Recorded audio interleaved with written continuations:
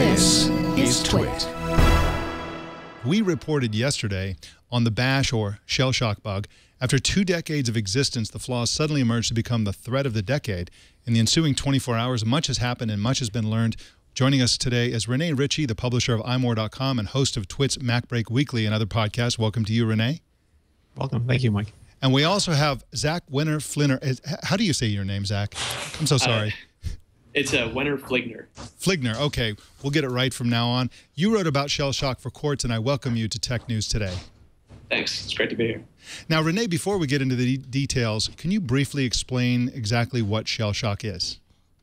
So I am far from an expert in Bash, but my understanding is that there's an exploit where if you have internet services running, there can be variables that are passed through those services that can use the Bash system, which is installed in Linux and Unix-based computers, including OS X, to then sort of issue commands to your computer. If you want to be sensationalistic about it, you could say take over your computer. It depends on exactly how the computer is configured, whether they can get in or not, but it's definitely a major vulnerability to a tool that's been installed in Unix machines for decades. So who's most at risk here? Obviously we know that this is infecting millions of computers are vulnerable, but who are the people who are most at risk right now?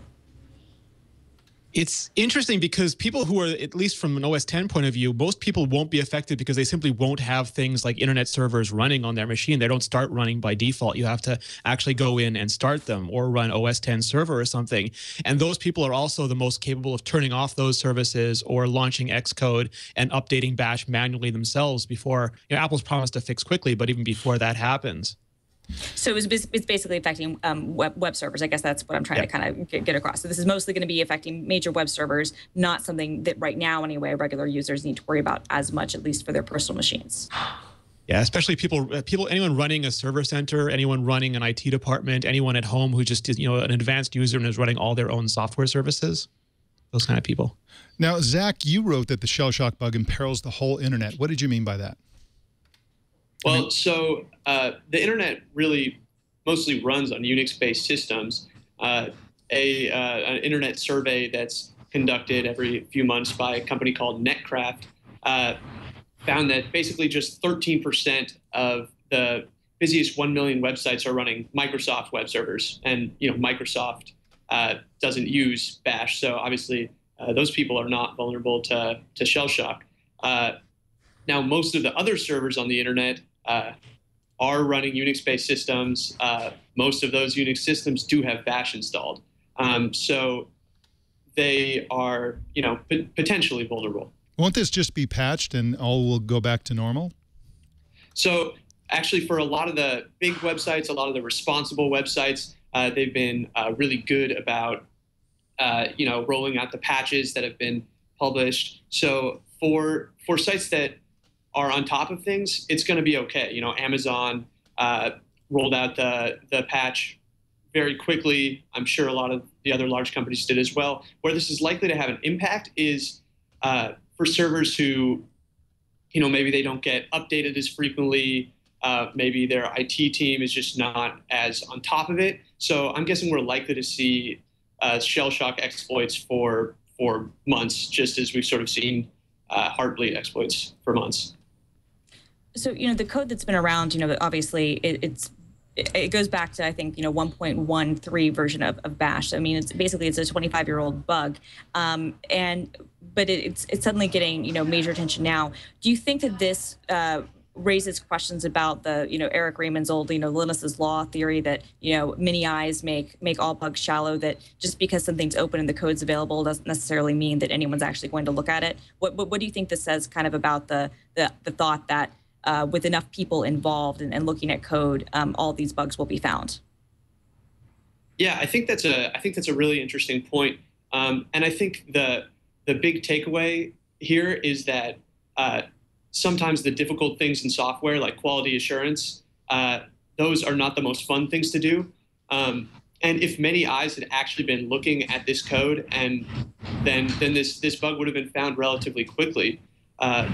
But in fact, the many eyes are mostly focused on developing new features. And so I don't think, certainly this is not an argument against open source. Open source systems have done a lot of great things, but it does raise questions about the many eyes quotation, and how true that is, that there actually are many eyes watching. Now, Rene Ritchie, Shellshock was widely reported to affect OS X. What was Apple's response to this? Actually, Apple gave us a statement yesterday evening. So the vast majority of OS X users are not at risk. Bash is a Unix command shell language, is installed in OS X. With OS X, systems are safe by default and not exposed to remote exploits of Bash unless users configure advanced Unix services. Whether you consider advanced Unix services to be something like starting a web server, it's a nuance. You can have a discussion about that. But if you just buy a Mac at an Apple store and you bring it home, a regular old Mac, you won't be vulnerable to Shellshock. At least as we understand it right now. I see.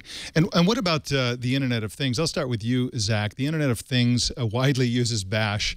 And an interesting attribute of this, and which distinguishes it from Heartbleed, is that you don't really have to break into a computer to use it. You don't really have to hack the password or crack anything. You can essentially execute it in many cases. And it's possible that, as we've said, this has been around for a long time, that it's been exploited for a long time. Of course, it's going to get exploited a lot more because it's getting all this news. But the Internet of Things, and also things like the Internet of Things, for example, webcams sometimes run Bash, routers, those kinds of devices. Plus, who knows what kind of automated door openers,